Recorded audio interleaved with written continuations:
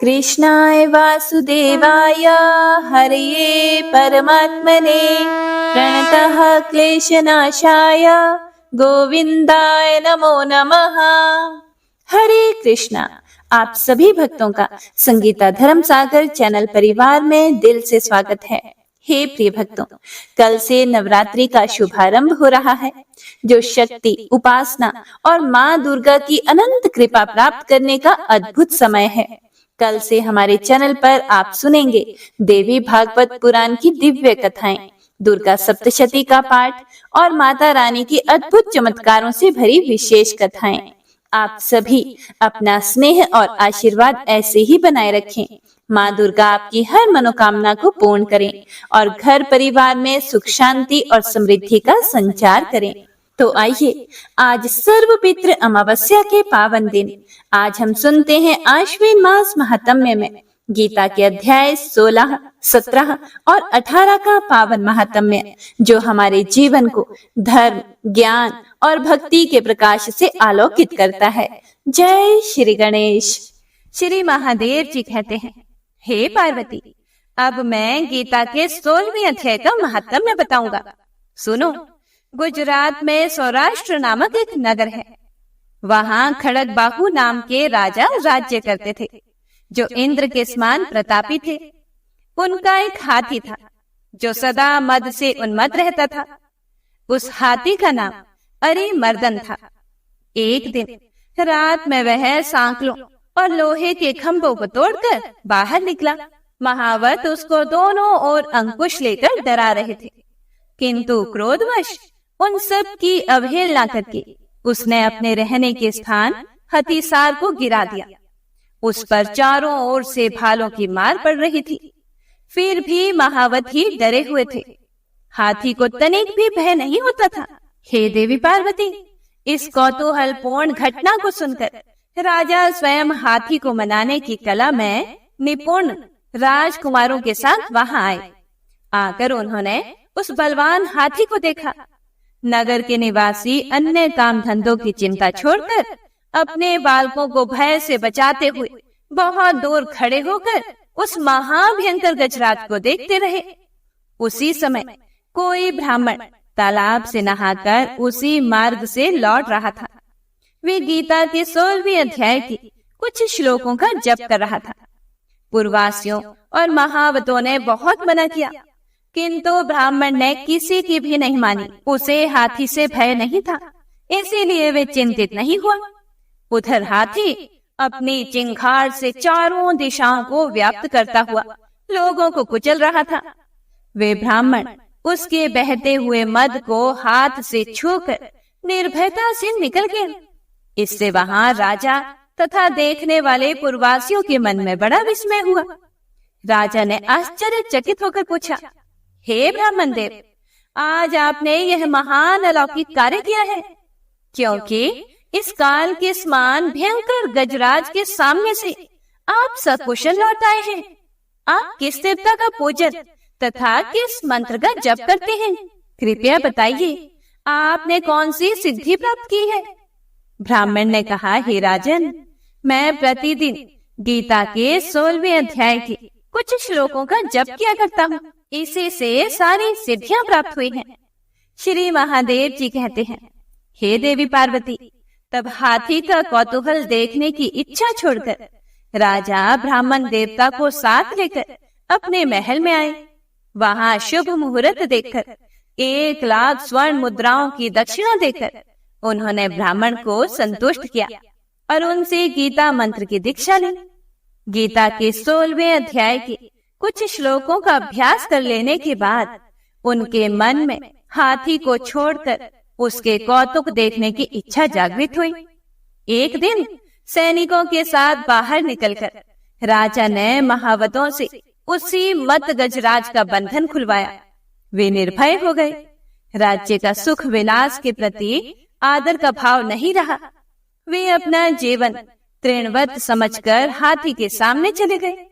साहसी मनुष्यों में अग्रगण्य राजा खड़गबाहु मंत्र पर विश्वास करके हाथी के समीप गए। मद की अनवरत धारा बहाते हुए उसके गंड स्थल को हाथ से छूकर सकुशल लौट आए। काल के मुख से धार्मिक और खल के मुख से साधु पुरुष की भांति राजा उस गजराज के मुख से बचकर निकल आए।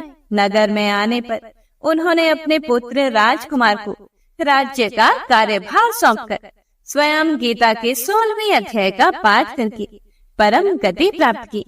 हे देवी पार्वती, यह मैंने तुम्हें गीता के 16वें अध्याय का महत्तम में सुनाया। हे प्रिय भक्तों, तो आइए अब 16वें अध्याय को सुनते हैं। इस अध्याय में मानव स्वभाव के 2 प्रकारों संत और राक्षसी का वर्णन किया गया है। श्री कृष्ण बताते हैं कि सतोगुणी गुणों का विकास करके, शास्त्रों में दिए गए निर्देशों का पालन करके और आध्यात्मिक अभ्यासों से मन को शुद्ध करके मनुष्य में संत स्वभाव विकसित होता है। ऐसा व्यवहार दैवी संपत्ति या ईश्वरीय गुणों को आकर्षित करता है, जो अंततः ईश्वर साक्षात्कार की ओर ले जाता है। और इसके विपरीत आसुरी स्वभाव रजोगुण और अज्ञानता तथा भौतिकता पर केंद्रित जीवन शैली के साथ जुड़कर विकसित होता है, जो मानव व्यक्तित्व में अस्वास्थ्यकर गुणों को जन्म देता है। यह आत्मा को अंततः नरक समान अस्तित्व की ओर ले जाता है। श्री कृष्ण भगवान दिव्य प्रकृति से संपन्न लोगों के संत गुणों का वर्णन करते हैं और फिर उन आसुरी गुणों का वर्णन करते हैं जिन्हें सचेत रूप से त्याग दिया जाना चाहिए, अन्यथा ये आत्मा को अज्ञानता और संसार या जीवन और मृत्यु के चक्र में और अधिक घसीटेंगे। अंत में श्री कृष्ण भगवान घोषणा करते हैं कि शास्त्रों का ज्ञान अज्ञानता और जुनून पर काबू पाने में मदद करता है। वे हमें जीवन में सही विकल्प चुनने के लिए भी मार्गदर्शन करते हैं। इसीलिए हमें उनकी शिक्षाओं और आदेशों को समझना चाहिए और तदनुसार इस दुनिया में अपने कर्म करने चाहिए। तो आइए शुरू करते हैं अध्याय। भगवान श्री कृष्ण कहते हैं, हे भारत, ये दिव्य स्वभाव वाले पुरुषों के ऋषि तुल्य गुण हैं।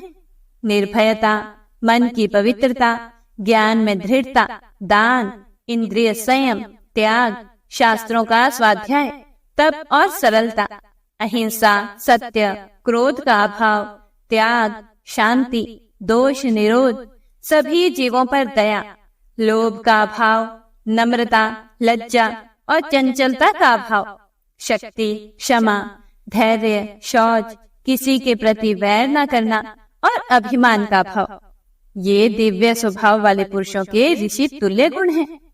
हे पार्थ, आसुरी स्वभाव वाले लोगों के गुण सुनो। पाखंड, अहंकार, दंभ, क्रोध, कठोरता और अज्ञान। दैवी गुण मोक्ष की ओर ले जाते हैं, जबकि आसुरी गुण निरंतर बंधन की नियति का कारण होते हैं। हे अर्जुन, शोक मत करो, क्योंकि तुम ऋषियों के गुणों के साथ पैदा हुए हो। इस संसार में 2 प्रकार के प्राणी हैं, दैवी गुण वाले और आसुरी गुण वाले। हे अर्जुन, मैंने दैवी गुणों का विस्तार पूर्वक वर्णन किया है। अब तुम मुझसे आसुरी गुण के विषय में सुनो। हे अर्जुन, आसुरी प्रकृति वाले लोग यह नहीं समझ पाते कि कौन से कर्म उचित हैं और कौन से कर्म अनुचित हैं। इसीलिए उनमें ना तो पवित्रता होती है और ना अच्छा आचरण और ना ही सत्य। वे कहते हैं कि यह दुनिया परम सत्य से रहित है, इसमें कोई आधार नहीं है और इसमें कोई ईश्वर नहीं है, अर्थात जिसने इसे बनाया है या नियंत्रित कर रहा है। यह 2 लिंगों के संयोजन से बना है और इसका यौन संतुष्टि के अलावा कोई उद्देश्य नहीं है। ऐसे विचारों को दृढ़ता पूर्वक पकड़े रहने से ये भ्रमित आत्माएं अल्प बुद्धि और क्रूर कार्यों के साथ संसार के शत्रु बनकर उसके विनाश की धमकी देने लगती हैं। अतृप्त काम वासना को आश्रय देते हुए पाखंड, दंभ और अहंकार से भरे हुए आसुरी लोग अपने मिथ्या सिद्धांतों से चिपके रहते हैं। इस प्रकार मोहग्रस्त होकर वे अनित्य की ओर आकर्षित होते हैं और अशुद्ध संकल्प के साथ कार्य करते हैं। वे अंतहीन चिंताओं से ग्रस्त हैं, जिनका अंत केवल मृत्यु पर ही होता है। फिर भी वे पूरी तरह से आश्वस्त हैं कि इच्छाओं की पूर्ति और धन संचय ही जीवन का सर्वोच्च उद्देश्य है। हे अर्जुन, सैकड़ों इच्छाओं के बंधन में बंधे हुए तथा काम और क्रोध से प्रेरित होकर वे अपनी इंद्रियों की तृप्ति के लिए अन्यायपूर्ण तरीकों से धन संचय करने का प्रयास करते हैं। आसुरी व्यक्ति सोचते हैं कि मैंने आज इतना धन प्राप्त किया है, अब मैं अपनी यह इच्छा पूरी करूंगा, यह मेरा है, कल इससे भी अधिक प्राप्त करूंगा। उस शत्रु का मैंने नाश कर दिया है, अब मैं अन्य शत्रुओं का भी नाश करूंगा। मैं भगवान के समान हूँ, मैं ही भोक्ता हूँ और मैं ही पूर्ण हूँ, मैं ही शक्तिशाली हूँ और मैं ही सुखी हूँ। मैं धनवान हूँ, मेरे उच्च पदस्थ संबंधी हैं, मेरे समान और कौन है। मैं अर्थात देवताओं के लिए यज्ञ करूंगा, दान दूंगा, आनंद मनाऊंगा। इस प्रकार वे अज्ञान से मोहित हो जाते हैं। हे पार्थ, ऐसी कल्पनाओं से ग्रस्त और भटके हुए मोह के जाल में लिपटे हुए तथा इंद्रिय सुखों की तृप्ति में आसक्त होकर वे घोर अंधकारमय नरक में उतरते हैं। ऐसे दंभी और हठीले लोग जो अपने धन के मद में चूर होकर नाम मात्र के लिए ही दिखावटी यज्ञ करते हैं और शास्त्रों के नियमों की परवाह नहीं करते। हे पार्थ, अहंकार, बल, घमंड, इच्छा और क्रोध से अंधे होकर राक्षस मुझे गाली देते हैं, जो उनके अपने शरीर में और दूसरों के शरीर में मौजूद हैं। इन क्रूर और घृणित व्यक्तियों, मानव जाति के नीच और दुष्टों को मैं निरंतर भौतिक जगत में पुनर्जन्म के चक्र में समान राक्षसी प्रकृति वाले लोगों के गर्भ में डालता हूँ। ये अज्ञानी आत्माएं बार बार राक्षसी योनियों में जन्म लेती हैं। हे अर्जुन, मुझ तक पहुँचने में असफल होने पर वे धीरे धीरे सबसे घृणित प्रकार के अस्तित्व में डूब जाते हैं। आत्मा के लिए आत्मविश्वास रूपी नरक में जाने के 3 द्वार हैं, काम, क्रोध और लोभ। इसीलिए इन तीनों का त्याग कर देना चाहिए। जो लोग अंधकार की 3 द्वारों से मुक्त हैं, वे अपने आत्मा के कल्याण के लिए प्रयास करते हैं और इस प्रकार परम लक्ष्य को प्राप्त करते हैं। हे अर्जुन, जो लोग कामना के आवेग में आकर शास्त्रों के आदेशों को त्याग कर कार्य करते हैं, उन्हें ना तो सिद्धि प्राप्त होती है, ना सुख, ना ही जीवन में परम लक्ष्य की प्राप्ति होती है।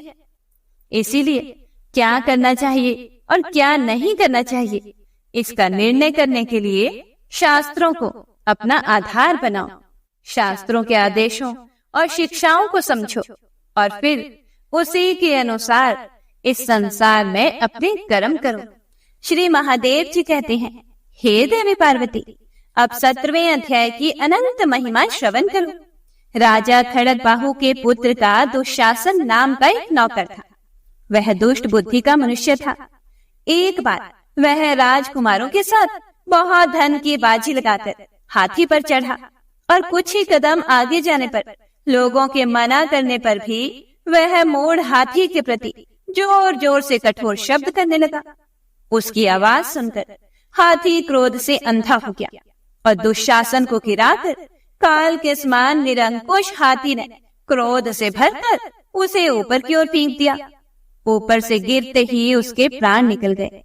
इस प्रकार कालवश मृत्यु को प्राप्त होने के बाद उसे हाथी की योनि मिली और सिंहल द्वीप के महाराज के यहाँ उसने अपना बहुत समय व्यतीत किया। हे देवी पार्वती, सिंहल द्वीप के राजा की महाराज खड़गबाहु से बड़ी मैत्री थी, इसीलिए उन्होंने जल के मार्ग से उस हाथी को मित्र की प्रसन्नता के लिए भेज दिया। एक दिन राजा ने कविता से संतुष्ट होकर किसी कवि को पुरस्कार रूप में वह हाथी दे दिया और कवि ने 100 स्वर्ण मुद्राएं लेकर मालव नरेश को उसे बेच दिया। और कुछ समय व्यतीत होने पर वह हाथी यत्न पूर्वक पालित होने पर भी असाध्य ज्वर से ग्रसित होकर मरना सन हो गया।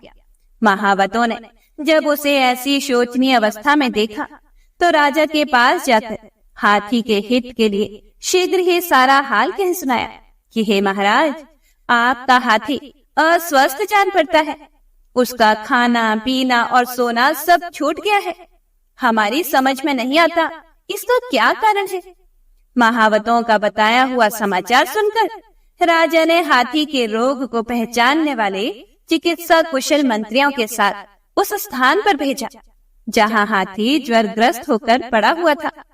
राजा को देखते ही उसने ज्वर की वेदना को भूलकर संसार को आश्चर्य में डालने वाली वाणी में कहा, संपूर्ण शास्त्रों की ज्ञाता, राजनीति के समुद्र, शत्रु समुदाय को परास्त करने वाले तथा भगवान विष्णु के चरणों में अनुराग रखने वाले हे महाराज, इन औषधियों से क्या लेना है? इन वैद्यों से भी कुछ लाभ होने वाला नहीं है।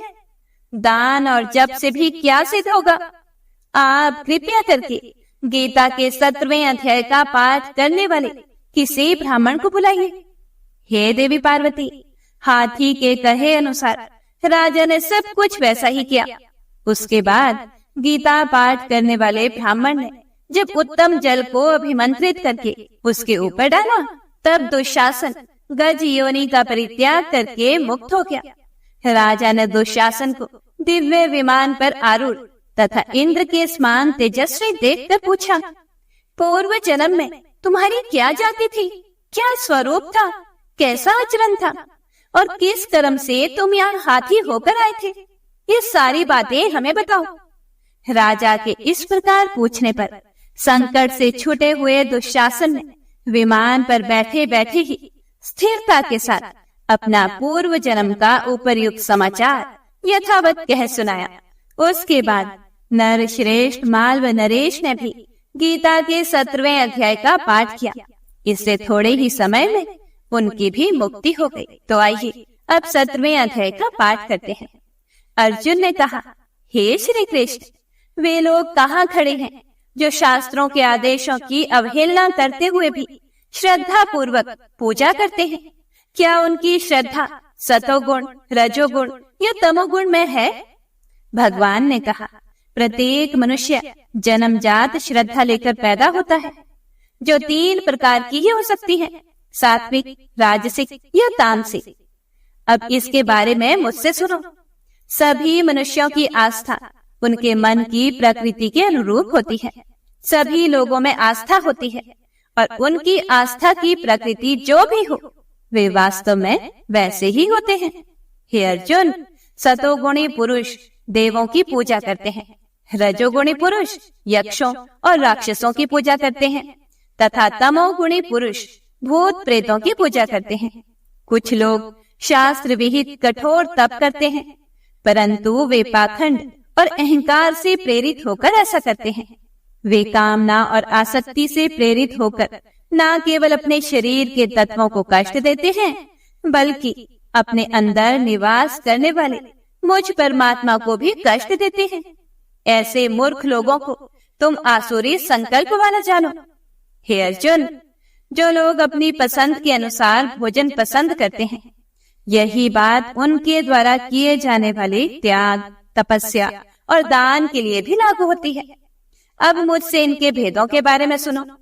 सतोगुणी व्यक्ति ऐसे भोजन को पसंद करते हैं जो आयु बढ़ाने वाला हो तथा पुण्य, बल, स्वास्थ्य, सुख और संतुष्टि को बढ़ाने वाला हो।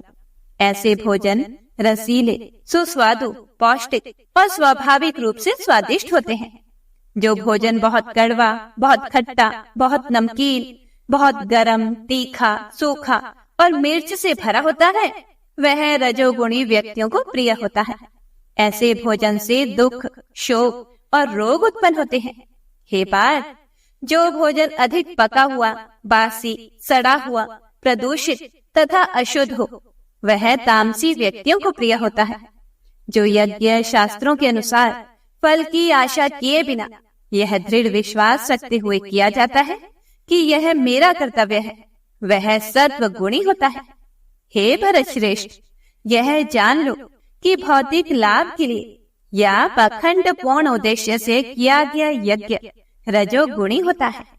जो यज्ञ श्रद्धा रहित तथा शास्त्र विधि के विरुद्ध हो, जिसमें ना तो अन्न अर्पित किया जाए, ना मंत्रोच्चार किया जाए तथा ना ही दान दिया जाए, वह तामसी माना जाता है। जब भगवान, ब्राह्मण, गुरु, ज्ञानी और वृद्धों की पूजा स्वच्छता, सादगी, ब्रह्मचर्य और अहिंसा के पालन के साथ की जाती है तो यह पूजा शरीर की तपस्या कहलाती है।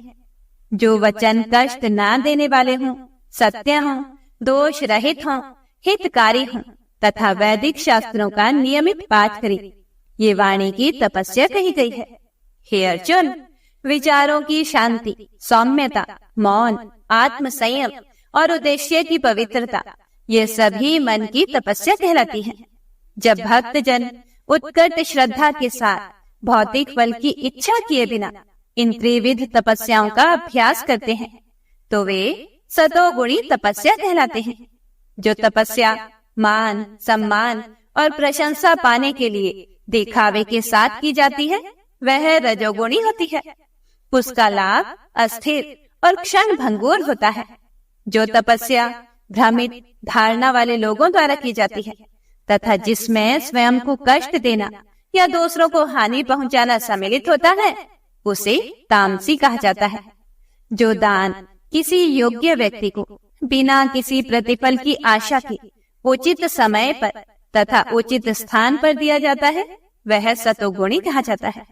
किंतु अनिच्छा से, प्रतिफल की आशा से या पुरस्कार की आशा से दिया गया दान रजोगुणी कहा जाता है।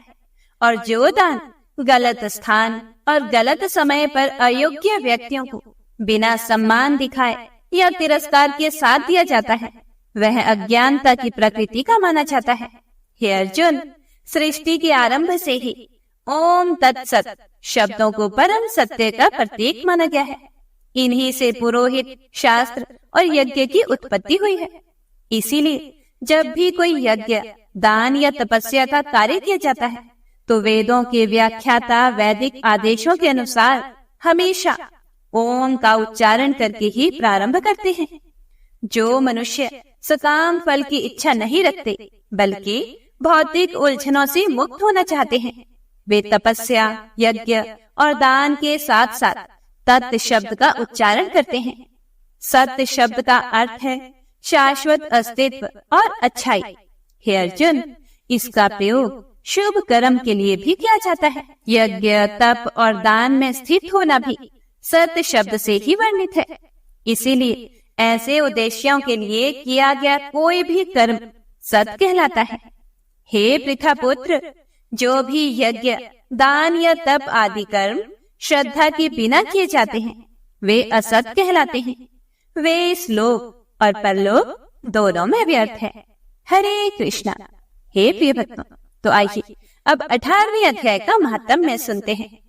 श्री पार्वती जी ने कहा, हे भगवान, आपने 17वें अध्याय का महात्म्य बतलाया, अब 18वें अध्याय के महात्म्य का वर्णन कीजिए।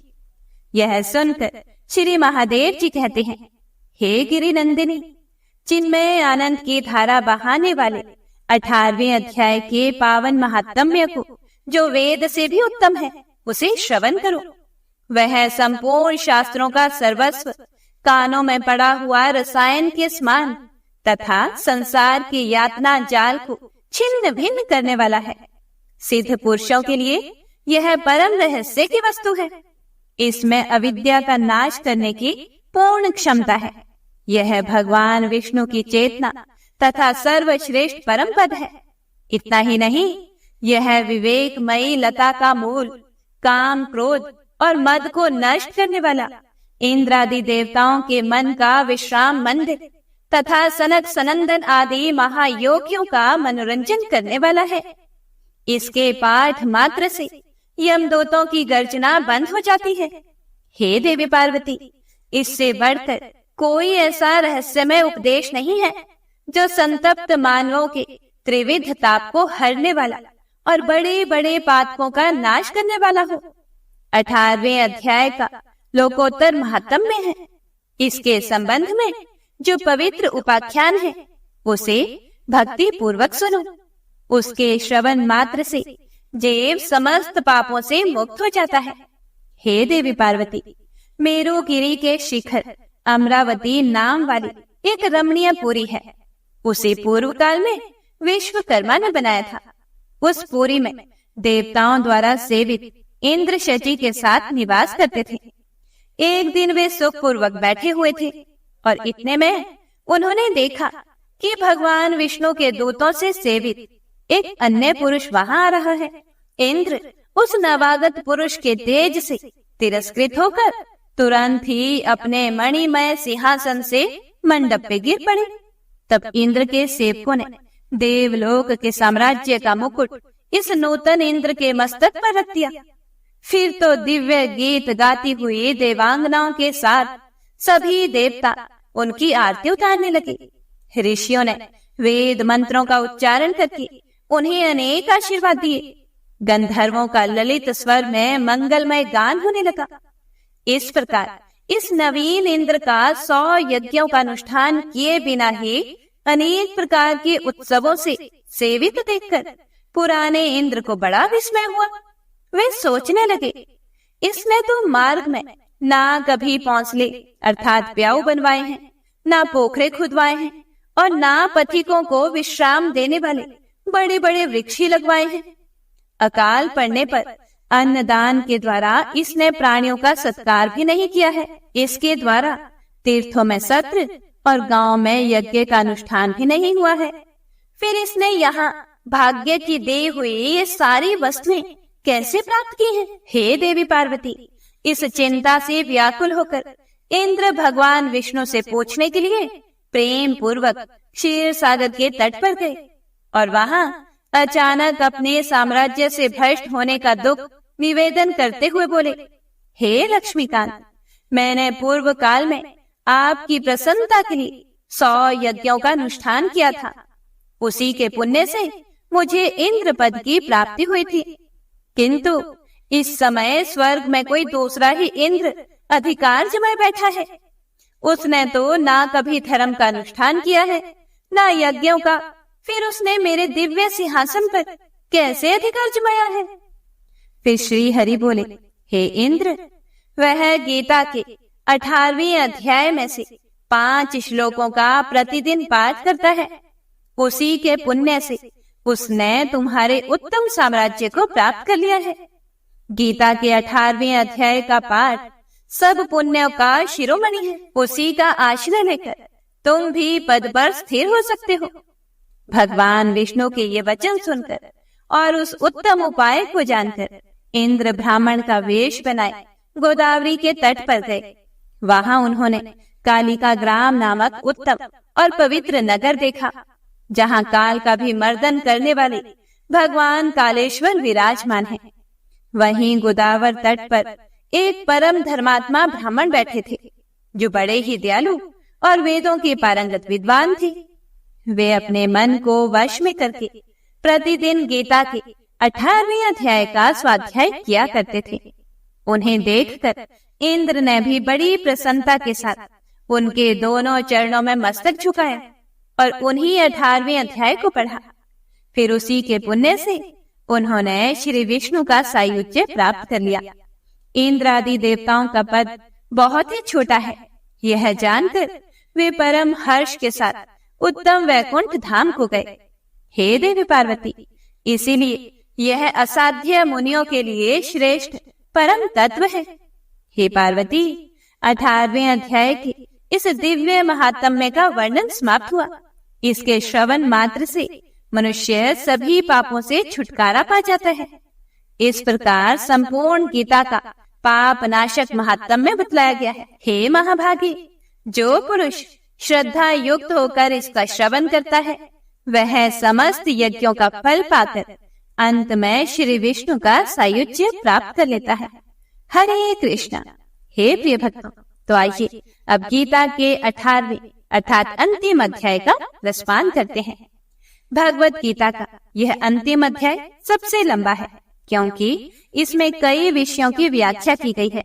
इसकी शुरुआत अर्जुन द्वारा श्री कृष्ण से त्याग की शिक्षा देने और इन दो संस्कृत शब्दों संन्यास और त्याग के बीच अंतर समझाने के अनुरोध से होती है, क्योंकि दोनों मूल शब्दों से आते हैं जिनका अर्थ है त्याग करना।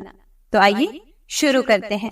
अर्जुन ने कहा, हे महाबाहु श्री कृष्ण, मैं संन्यास और त्याग का स्वरूप जानना चाहता हूँ। हे ऋषिकेश, हे केशिनी सूदन, मैं इन दोनों के बीच का अंतर भी जानना चाहता हूँ। फिर भगवान श्री कृष्ण ने कहा, कामना से प्रेरित होकर कर्मों का त्याग करना ही विद्वान लोग संन्यास कहते हैं। सभी कर्मों के फलों का त्याग करना ही बुद्धिमान लोग त्याग कहते हैं। कुछ विद्वान लोग कहते हैं कि सभी प्रकार के कर्मों को बुरा मानकर छोड़ देना चाहिए, जबकि अन्य कहते हैं कि यज्ञ, दान और तप जैसे कर्मों को कभी नहीं छोड़ना चाहिए। हे नरसिंह, अब त्याग के विषय में मेरा निष्कर्ष सुनो, क्योंकि त्याग 3 प्रकार का बताया गया है। यज्ञ, दान और तप पर आधारित कर्मों को कभी नहीं छोड़ना चाहिए, उन्हें अवश्य करना चाहिए। वास्तव में यज्ञ, दान और तप के कर्म बुद्धिमान लोगों के लिए भी पवित्र करने वाले हैं। हे अर्जुन, इन कर्मों को आसक्ति और फल की आशा के बिना करना चाहिए। यह मेरा निश्चित और सर्वोच्च निर्णय है। नियत कर्तव्यों का कभी त्याग नहीं करना चाहिए। ऐसा मोहग्रस्त त्याग तामसी कहलाता है। जो कर्म कष्टदायक या शारीरिक कष्ट देने वाले हैं, उन्हें छोड़ देना रजोगुणी त्याग है। ऐसा त्याग कभी भी लाभदायक या उन्नतिदायक नहीं होता। हे अर्जुन, जब कोई व्यक्ति अपने कर्तव्यों के प्रति समर्पित होकर कर्म करता है और फल की आसक्ति त्याग देता है, तो वह सत्व गुणी त्याग कहलाता है। और जो लोग ना तो अप्रिय कर्म से बचते हैं और ना ही उसे इसलिए चाहते हैं कि वह प्रिय है, वे ही सच्चे त्यागी पुरुष हैं। वे सतोगुण से संपन्न हैं और उन्हें कर्म के स्वरूप के विषय में कोई संदेह नहीं है। देहधारी जीव के लिए कर्मों का पूर्णतः त्याग करना असंभव है, किंतु जो लोग अपने कर्मों के फलों का त्याग कर देते हैं, वे ही सच्चे त्यागी कहलाते हैं। हे अर्जुन, जो लोग व्यक्तिगत फल के प्रति आसक्त रहते हैं, उन्हें मृत्यु के बाद भी कर्मों के 3 प्रकार के फल प्राप्त होते हैं, सुखद, अप्रिय और मिश्रित। लेकिन जो लोग अपने कर्मों के फलों का त्याग कर देते हैं, उन्हें इस लोक या परलोक में ऐसे फल नहीं मिलते। हे अर्जुन, अब तुम मुझसे उन 5 कारणों के विषय में जान लो, जो सांख्य के सिद्धांत में सभी कार्यों की सिद्धि के लिए बताए गए हैं, जिसमें कर्मों की प्रतिक्रियाओं को रोकने का तरीका बताया गया है। शरीर, कर्ता अर्थात आत्मा, विभिन्न इंद्रियां, अनेक प्रकार के प्रयास तथा ईश्वरीय विधान, ये 5 कर्म के कारक हैं। शरीर, वाणी या मन से जो भी कर्म उचित या अनुचित होता है, उसके लिए ये 5 सहायक कारण हैं। जो लोग इसे नहीं समझते, वे आत्मा को ही एकमात्र कर्ता मानते हैं। अपनी अशुद्ध बुद्धि के कारण वे वस्तुओं को यथावत नहीं देख पाते। जो कर्तापन के अहंकार से मुक्त है और जिनकी बुद्धि अनासक्त है, वे भले ही जीवों को मार डाले, परंतु वे ना तो मारते हैं और ना ही कर्मों से बंधते हैं। ज्ञान, ज्ञान का विषय और ज्ञाता, ये 3 कारक हैं जो क्रिया को प्रेरित करते हैं। क्रिया का साधन, स्वयं क्रिया और कर्ता, ये क्रिया के 3 घटक हैं। सांख्य दर्शन में ज्ञान, कर्म और कर्ता 3 प्रकार के बताए गए हैं, जो प्रकृति के 3 गुणों के अनुसार भेद किए गए हैं। सुनो, मैं तुम्हें इनकी भेद बताता हूँ। उस ज्ञान को सतोगुणी समझो, जिसके द्वारा मनुष्य समस्त विविध जीवों में एक अविभाजित अविनाशी तत्व को देखता है। हे अर्जुन, उस ज्ञान पर रजोगुण से विचार करना चाहिए, जिसके द्वारा मनुष्य विभिन्न शरीर में स्थित अनेक जीवों को पृथक तथा असंबद्ध रूप में देखता है। वह ज्ञान अज्ञानता की अवस्था में कहा जाता है, जहाँ व्यक्ति एक खंडित अवधारणा में इस प्रकार लिप्त रहता है, जैसे कि वह संपूर्ण को अपने में समाहित कर लेती है, तथा जो ना तो तर्क पर आधारित होता है, ना ही सत्य पर आधारित होता है। जो कर्म शास्त्रों के अनुसार हो, आसक्ति और द्वेष से मुक्त हो तथा फल की इच्छा के बिना किया गया हो, वह सात्विक होता है। जो कार्य सर्वार्थपूर्ण इच्छा से प्रेरित होकर गर्व के साथ किया जाता है तथा तनाव से भरा होता है, वह वासना की प्रकृति का होता है। वह कर्म तमोगुणी कहा जाता है, जो मोहवश अपनी क्षमता के बारे में सोचे बिना तथा दूसरों के परिणाम, हानि और चोट की परवाह किए बिना आरंभ किया जाता है। कलाकार को सात्विक गुण में तब कहा जाता है जब वह अहंकार और आसक्ति से मुक्त हो, उत्साह और दृढ़ संकल्प से संपन्न हो तथा सफलता और असफलता में संभाव रखता हो। जो कर्ता कर्म के फल की लालसा रखता है, लोभी, हिंसक स्वभाव वाला, अशुद्ध तथा हर्ष शोक से द्रवित होता है, तो उसे रजोगुणी माना जाता है। हे अर्जुन, तमोगुणी व्यक्ति वह होता है जो अनुशासनहीन, अशिष्ट, हठी, कपटी, आलसी, निराश तथा टाल मटोल करने वाला होता है। अर्जुन, अब मैं जो 3 गुणों के अनुसार बुद्धि और संकल्प के भेदों का विस्तार पूर्वक वर्णन कर रहा हूँ, उसे ध्यान से सुनो। हे पार्थ, जब बुद्धि यह समझ लेती है कि उचित कर्म क्या है, अनुचित कर्म क्या है, कर्तव्य क्या है, अकर्तव्य क्या है, किससे डरना चाहिए और किससे नहीं, कौन सी बात बांधने वाली है और कौन सी बात मुक्ति देने वाली है, तब बुद्धि सत्व गुणी कहलाती है। हे पार्थ, जब बुद्धि धर्म और अधर्म में भ्रमित हो जाती है और उचित तथा अनुचित आचरण में भेद नहीं कर पाती, तब वह रजोगुणी मानी जाती है। पार्थ, जो बुद्धि अहंकार से आच्छादित है, जो अधर्म को ही धर्म मानती है और असत्य को ही सत्य मानती है, वह अज्ञान स्वरूप है। हे पार्थ, जो दृढ़ संकल्प योग के द्वारा विकसित होता है और जो मन, प्राण और इंद्रियों की क्रियाओं को धारण करता है, वही सतोगुणी संकल्प कहलाता है। हे अर्जुन, जिस दृढ़ इच्छा शक्ति से मनुष्य आसक्ति और फल की इच्छा से कर्तव्य, सुख और धन को धारण करता है, वह रजोगुणी दृढ़ता है। वह अज्ञान पूर्वक किया गया संकल्प तामसी संकल्प कहलाता है, जिसमें मनुष्य स्वप्न देखना, भय, शोक, निराशा और दंभ का त्याग नहीं करता। हे अर्जुन, अब तुम मुझसे उन 3 प्रकार के सुखों के विषय में सुनो, जिनसे देहधारी आत्मा प्रसन्न होती है और जिनसे समस्त दुखों का अंत हो जाता है। जो पहले तो विष के समान प्रतीत होता है, किंतु अंत में अमृत के समान स्वाद देता है, उसे सतोगुणी सुख कहते हैं। वह आत्मज्ञान में स्थित शुद्ध बुद्धि से उत्पन्न होता है। जब सुख इंद्रियों के विषयों के साथ संपर्क से प्राप्त होता है, तो उसे रजोगुणी कहा जाता है।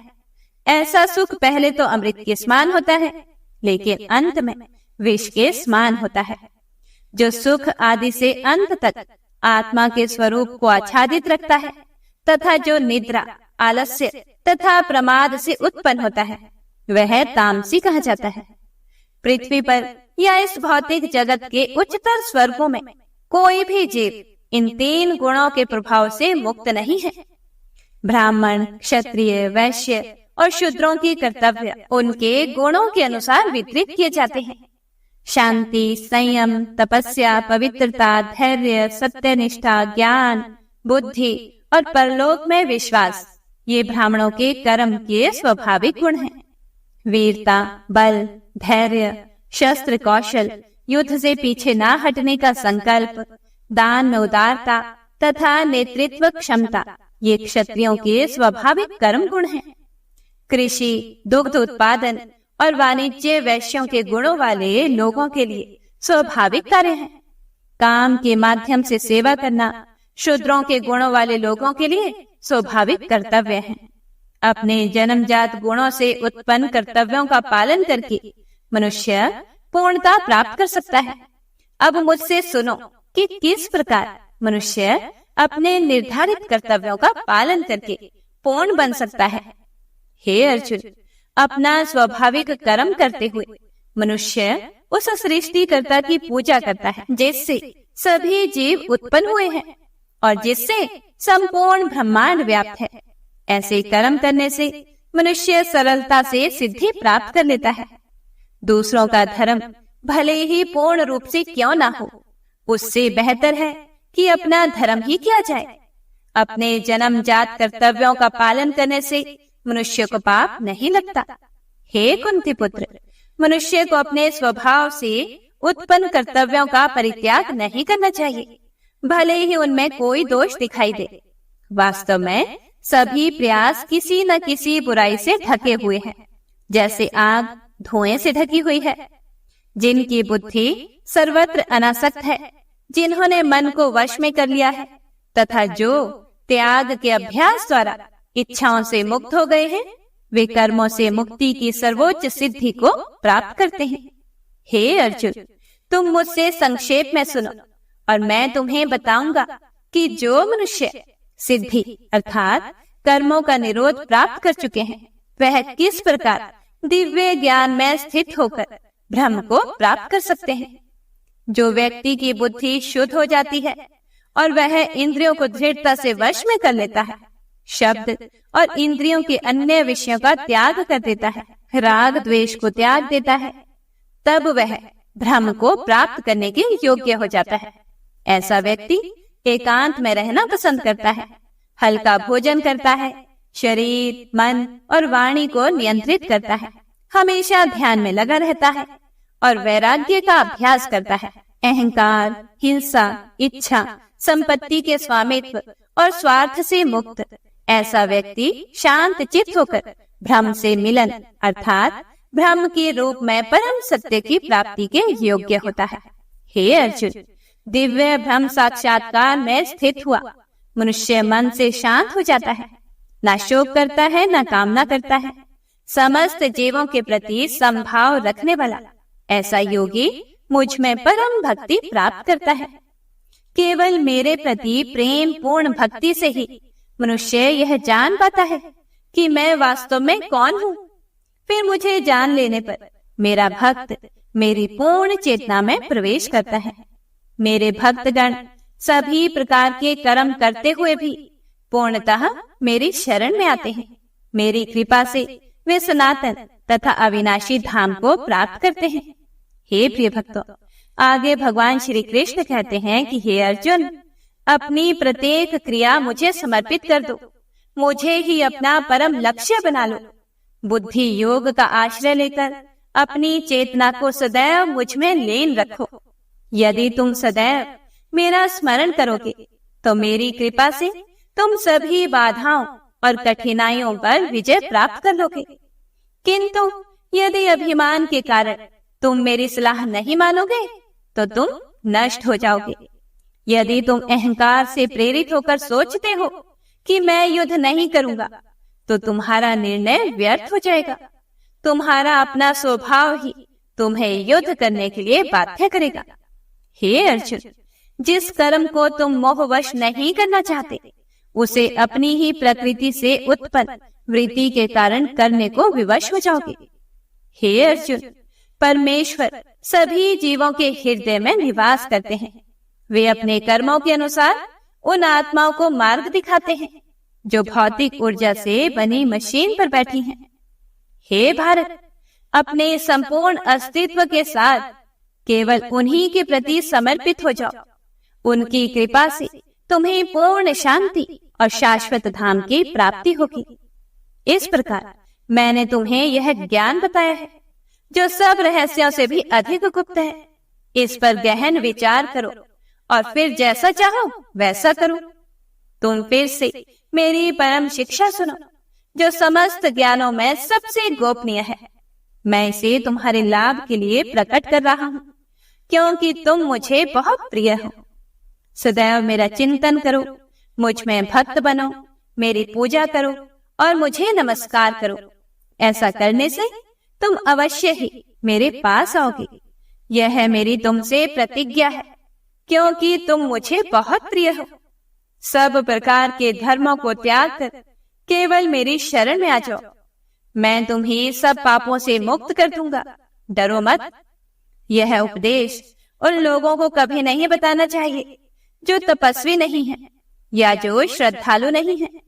इसे उन लोगों को भी नहीं कहना चाहिए जो सुनने से विमुख हैं, और विशेषकर उन लोगों को भी नहीं बताना चाहिए जो मुझसे ईर्ष्या करते हैं। मेरे भक्तों में जो इस परम गुह्य ज्ञान को सिखाते हैं वे सबसे महान प्रेम का कार्य करते हैं। वे निस्संदेह मेरे पास आएंगे।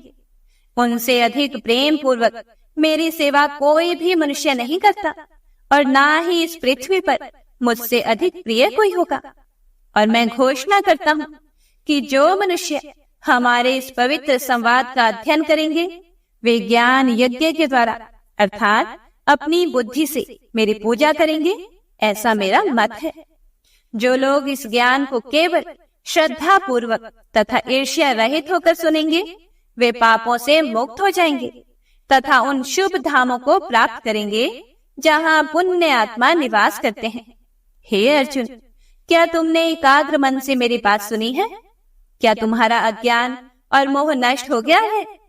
अर्जुन ने कहा, हे अच्युत, आपकी कृपा से मेरा मोह दूर हो गया है और मैं ज्ञान में स्थित हो गया हूँ। अब मैं संशय से मुक्त हो गया हूँ और आपके आदेशानुसार कार्य करूंगा। फिर संजय ने कहा कि इस प्रकार मैंने वसुदेव के पुत्र श्री कृष्ण और पृथा के महान हृदय वाले पुत्र अर्जुन के बीच यह अद्भुत वार्तालाप सुना। यह संदेश इतना रोमांचकारी है कि मेरे रोंगटे खड़े हो गए। वेद व्यास की कृपा से मैंने स्वयं योगेश्वर श्री कृष्ण से इस परम एवं अत्यंत गोपनीय योग को सुना है। हे राजन, जब मैं भगवान श्री कृष्ण और अर्जुन के बीच हुए इस अद्भुत संवाद को बार बार स्मरण करता हूँ तो मुझे बार बार आनंद आता है और भगवान श्री कृष्ण के उस अत्यंत आश्चर्यजनक एवं अद्भुत ब्रह्मांडीय रूप का स्मरण करके मुझे बड़ा आश्चर्य होता है तथा मैं बार बार आनंद से रोमांचित हो उठता हूँ। जहाँ भी योग के स्वामी भगवान श्री कृष्ण हैं तथा जहाँ भी श्रेष्ठ धनुर्धर अर्जुन हैं वहाँ निश्चित रूप से अनंत ऐश्वर्य, विजय, समृद्धि और धर्म विद्यमान होंगे। इस बात का मुझे पूरा विश्वास है। जय श्री हरि विष्णु। ओम नमो नारायणाय। श्री विष्णु सुनिए विनय, सेवक की चित लाए। कीरत कुछ वर्णन करो, दीजिए ज्ञान बताए। नमो विष्णु भगवान खरारे, कष्ट नशावन अखिल बिहारी। प्रबल जगत में शक्ति तुम्हारी, त्रिभुवन फैल रही उजियारी।